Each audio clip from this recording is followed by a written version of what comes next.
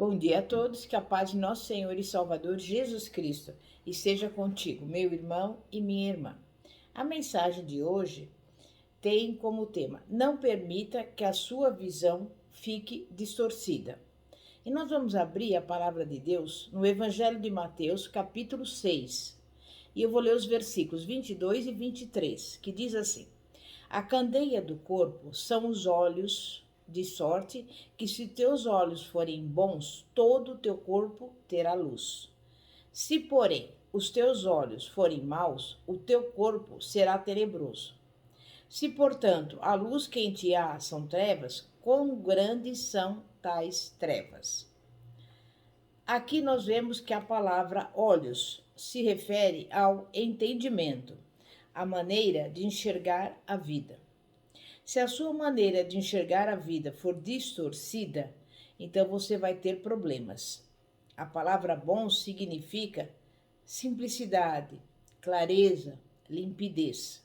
Ter olhos bons ou puros significa ver a vida, as pessoas, as situações de uma forma clara, sem distorções. Ao contrário, ter olhos maus significa visão dupla, visão distorcida. Em Efésios 1,18, vemos a necessidade de termos o nosso entendimento, olhos, iluminado, para que possamos entender o propósito de Deus para as nossas vidas. E se você errar o alvo, vai viver uma vida limitada por essa visão e, com certeza, terá sérios problemas de relacionamento. Provérbios 23, 7. Muitos de nós temos problemas porque os nossos olhos são maus. Não no sentido de maldade, mas no sentido de duplicidade. Muitas pessoas não conseguem se relacionar com Deus de uma maneira livre e afetuosa, exatamente porque a sua visão é distorcida. Em Abacuque 1,13, encontramos uma afirmação a respeito dos olhos, que diz: Senhor, tu és tão puro de olhos que não podes ver o mal. Quando Deus olha para uma situação, para uma pessoa, ele vê com clareza e sem distorção. Quando ele olha para nós, ele nos vê de maneira correta, amorosa, bondosa. Ele consegue ver o potencial que existe dentro de nós. Ele é realmente o único que pode julgar com imparcialidade as situações. Ele é o único que consegue ver as verdadeiras intenções do coração, porque os seus olhos são puros. Ele nunca desiste de nós, conhece-nos verdadeiramente, sem distorções. Na prática, uma visão distorcida prejudica os relacionamentos em todos os níveis. Uma pessoa com dupla visão vai enxergar o outro não como ele é, mas vê-lo de forma deformada. Muitos maridos e mulheres não conseguem enxergar verdadeiramente o outro cônjuge como ele é. Muitos pais olham para os seus filhos e se sentem profundamente incomodados. A visão distorcida afeta também a nossa maneira de encarar a vida. Muitas pessoas enxergam a vida como algo pesado e tremendamente injusto. Há sempre alguém ou alguma circunstância agindo contra elas. Elas se veem como vítimas de tudo e de todos. Essa distorção paralisa qualquer iniciativa para mudar as circunstâncias. A pessoa enxerga sempre do mesmo jeito e sua atitude é sempre a mesma. A vítima está presa num círculo vicioso. Ela se enxerga como alguém que está sendo explorada, injustiçada, massacrada. E como não faz nada para reagir, realmente nada muda na sua vida. Ela está presa numa única visão. Muitas pessoas hoje em dia morrem debaixo do estresse e de uma série de doenças, porque perderam a ótica correta da vida. Demonstrar fraqueza, falar das suas necessidades emocionais e pedir ajuda está fora de cogitação. Não conseguem enxergar outro caminho para o suprimento das suas necessidades. As pessoas com visões nitidamente negativas criam situações negativas para que essas situações correspondam ao modo como elas enxergam a vida. A verdade é que as coisas vão acontecer no modo como elas enxergam a vida. As coisas vão acontecer de acordo com a crença de cada um. Então, repita assim comigo: a partir de hoje, eu vou buscar a visão de Deus e toda a visão distorcida das pessoas, dos fatos e das circunstâncias desaparecerá em nome de Jesus. Uma visão distorcida a respeito de si mesmo, ou em outras palavras, uma baixa estima pobre, é uma das maiores epidemias do nosso século. Uma visão correta de si mesmo ou uma autoestima saudável não significa ostentação, orgulho ou ainda um pensar de si além do que se é realmente. A Bíblia ensina que cada pessoa é única e especial. Ela nos mostra claramente que Deus acompanhou a formação de cada ser humano. Muitas pessoas têm informações intelectuais a respeito de Deus. Elas sabem que Ele é forte, poderoso e bom, mas no íntimo dos seus corações existe um sentimento contrário. Mas a Bíblia declara: amarás o Senhor teu Deus de todo o teu coração e de toda a tua alma e de todo o teu entendimento. Mateus 22, 37. Amar a Deus significa um relacionamento íntimo e afetuoso. Muitos conceitos distorcidos de Deus têm sido um impedimento muito grande para uma vida cristã abundante. Muitos cristãos não têm tido o privilégio de ver Deus como Ele realmente é. Jesus nos acena com a possibilidade de resgatar a criança dentro de nós, quando diz em Mateus 18:3, e disse: em verdade vos digo que se não converterdes e não vos tornardes como crianças, de modo algum entrareis no reino dos céus. Além de converter, de nascer de novo, precisamos nos tornar como crianças para vivermos plenamente o reino de Deus. Na prática, isso significa não viver um cristianismo apenas mental, dissociado daquilo que somos realmente, no mais profundo do nosso ser. Uma criança consegue ter um relacionamento aberto e afetuoso com seu pai. Ela confia nele, se entrega nos seus braços e recebe suprimento emocional. E é assim que precisamos aprender a viver com Deus.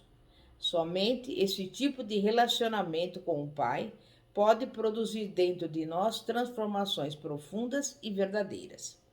Ser criança significa ser livre para confiar, para se entregar a Deus, para amar e ser amado. É ter a capacidade de desfrutar da vida e daquilo que Deus criou para o deleite do homem. É ser capaz de sonhar, de ser livre e de se arriscar. É saber chorar quando algo está doendo. É saber pedir ajuda quando se está sofrendo. Podemos ver que tudo isso não tem nada a ver com uma vida fechada, através de defesas e muralhas. Quando os muros que construímos para nos defender começam a ser demolidos, podemos então começar a experimentar de fato um pouquinho da vida abundante que Jesus nos prometeu. A Bíblia é um constante desafio ao crescimento. Só vamos conseguir viver o presente se abrirmos mão do passado. Quando não abrimos mão dele, ficamos presos. E um passado não resolvido vai se repetir. Precisamos desistir. Não podemos voltar a mudar a nossa história. Nossa vida é como um celeiro, onde guardamos informações, sentimentos e impressões colhidas ao longo da nossa infância. Essa colheita se torna velha com o tempo. Ela serve para um período da nossa vida, mas não para a vida toda. Deus sempre tem coisas novas. Porém, se o celeiro estiver cheio da colheita antiga, não haverá lugar para a nova. A nossa visão da realidade precisa ser renovada sempre. Infelizmente, poucas pessoas realmente estão dispostas a abrir mão dos seus celeiros e remover o que é velho. E Jesus usa uma metáfora muito interessante quando diz: em verdade vos digo, se o grão de trigo caindo na terra não morrer, fica ele só, mas se morrer, dá muitos frutos. É importante entendermos que para a semente germinar, é preciso que a casca se rompa. Nesse contexto, morrer significa romper a grossa casca que envolve a semente. A casca fala das proteções que envolvem aquilo que somos realmente. Romper a casca significa nos abrirmos para uma nova maneira de ver a vida. Em Lucas 24, encontramos 2 discípulos que não conseguiram ver que Jesus caminhava com eles. Eles estavam deprimidos e frustrados e não podiam entender o que estava acontecendo. O verso 16 diz: Mas os olhos dele estavam como que fechados, de sorte que não o conheceram. Jesus não abriu os olhos deles imediatamente. Ele os ouviu, andou com eles, deixou que falassem dos seus sentimentos. Eles estavam tão imersos em suas dores, em suas frustrações, que não percebiam com clareza a situação. E é assim que acontece com as pessoas que estão cheias de mágoas, de dores e de frustrações. Elas vivem voltadas para si mesmas e gastam toda a sua energia tentando manter os seus sentimentos sob controle. As pessoas precisam abrir os seus corações, falar das suas dores, elaborar as suas perdas. Dessa maneira, poderão ver melhor. Poderão até ver que Jesus sempre esteve com elas. Mesmo nos momentos mais difíceis, ele estava perto, pronto para intervir, mas elas não conseguiam vê-lo. Depois de ouvi-los, Jesus começou a confrontá-los e a ensiná-los. Com certeza, eles o ouviram atentamente. Essa intervenção de Jesus mudou o rumo da vida daqueles homens. Eles estavam indo em direção totalmente oposta àquela que deveriam ir. E de acordo com os ensinos de Jesus, eles deveriam esperá-lo em Jerusalém, mas por causa das suas crises anteriores, eles estavam indo para Emaús. E é assim com muitos cristãos. Por causa dos seus problemas não resolvidos, eles acabam caminhando em direção contrária aos planos de Deus para a vida deles. Chegou então o momento em que Jesus partiu o pão. Naquele instante, os olhos deles se abriram e eles o reconheceram.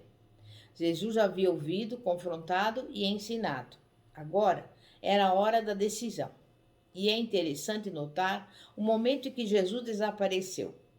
Ele os deixou sozinhos na hora de decidir o que fariam das suas vidas. Fazer a sua vontade e a vontade de Deus. Jesus não decidiu por eles e nem lhes disse para voltarem. Ele os ouviu, amou, compreendeu e depois desapareceu. Os olhos deles estavam abertos e eles podiam ver com clareza e, dessa maneira, podiam voltar a confiar naquele homem com quem haviam convivido por tanto tempo. E eu pergunto, quantas pessoas não têm conseguido cumprir o plano de Deus para suas vidas porque os seus olhos estão encobertos? Essas pessoas não conseguem ver com clareza, não conseguem confiar em Deus e nem enxergar além das circunstâncias. Mas Deus precisa encontrar pessoas que possam ouvir, ensinar e confrontar como Jesus fez. E depois, quando os olhos das pessoas se abrem, saem de cena e deixam-nas decidirem qual o caminho que irão seguir. Queremos ver Jesus intervindo em nossas vidas. Ele pode fazer isso de diversas maneiras, através da sua palavra, através de revelações do Espírito Santo, através de livros e de pessoas treinadas e capacitadas. O importante é buscar a cura dos nossos olhos. A nossa caminhada, nós podemos ver que vamos perder nossas proteções, nossos medos, vamos abrir mão das nossas dores, mas vamos ganhar uma nova visão, vamos ganhar uma nova maneira de enxergar a nossa vida, enxergar as outras pessoas e enxergar a Deus.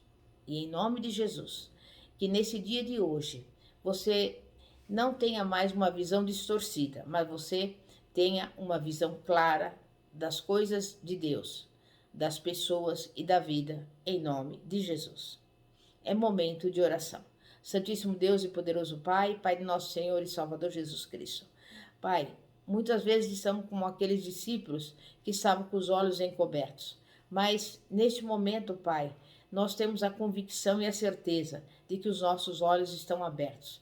Nós queremos que a cada dia, Pai, nós possamos crescer no conhecimento do Senhor, não com uma visão distorcida, mas com uma visão clara de tudo do Senhor e que possamos continuar caminhando, Pai, em direção aos planos que o Senhor tem para as nossas vidas, em nome de Jesus.